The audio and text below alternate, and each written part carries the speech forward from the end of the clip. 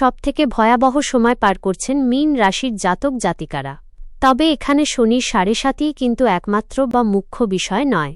আসল ভয়ের কারণ হল বর্তমানে একসাথে তিনটি গ্রহ অস্ত অবস্থায় আছে।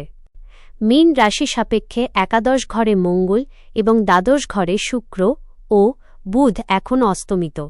একে তো এরা অস্ত অবস্থায় আছে, তার ওপর বুধ এবং শুক্র সরাসরি রাহু দ্বারা পীড়িত। মঙ্গলের এই অবস্থার কারণে মীন রাশির জাতকরা প্রবল জীবনী শক্তির অভাব বোধ করছেন। শরীরে সারাক্ষণ ক্লান্তি আর চরম অলসতা কাজ করছে। অনেকের ক্ষেত্রে ওজন কমে যাওয়ার মতো সমস্যাও দেখা দিচ্ছে। গত ১ নভেম্বর থেকে মঙ্গল অস্ত যাওয়ার ফলে অনেকেই দীর্ঘমেয়াদী বা দুরারোগ্য ব্যাধিতে আক্রান্ত হয়েছেন। শনির প্রভাব রাশির ওপর সরাসরি শনি বসে থাকার ফলে আপনারা কয়েকটি বিশেষ পরিস্থিতির মুখোমুখি হচ্ছেন। প্রথমত, কর্মফল ও পরিশ্রম। শনি এখন আপনার কাজের করা মূল্যায়ন করছে, তাই প্রচণ্ড পরিশ্রম ছাড়া সাফল্য আসবে না।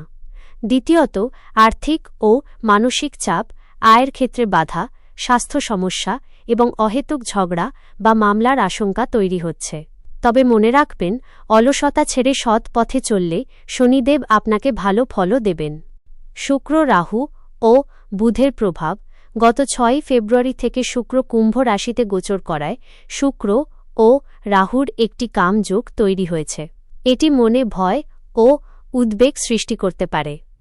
আপনি যদি নিজের আকাঙ্ক্ষার দাস হয়ে পড়েন, তবে খারাপ সঙ্গ বা আর্থিক সংকটে পড়তে পারেন। কিন্তু নিজের আবেগ নিয়ন্ত্রণ করতে পারলে এই যোগই আপনাকে প্রচুর সম্পদ দেবে।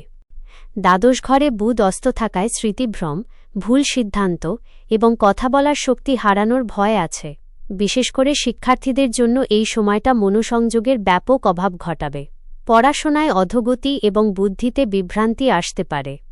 মঙ্গলের প্রভাব ও উপসংহার। মঙ্গলের এই দশা আপনার ভেতরে ক্রোধ ও অস্থিরতা বাড়িয়ে দিচ্ছে। রক্তজনিত সমস্যা বা হঠাৎ আঘাত পাওয়ার সম্ভাবনা আছে। জমিজমা বা সম্পত্তি নিয়ে বিবাদে জড়াবেন না। চাকরিতে বাধা আসতে পারে। মীন রাশির জাতক জাতিকারা এই সময়টা ধৈর্য ধরার, নিজের ব্যক্তিত্ব আর সংযম বজায় রাখলে এই কঠিন সময় আপনারা কাটিয়ে উঠতে পারবেন।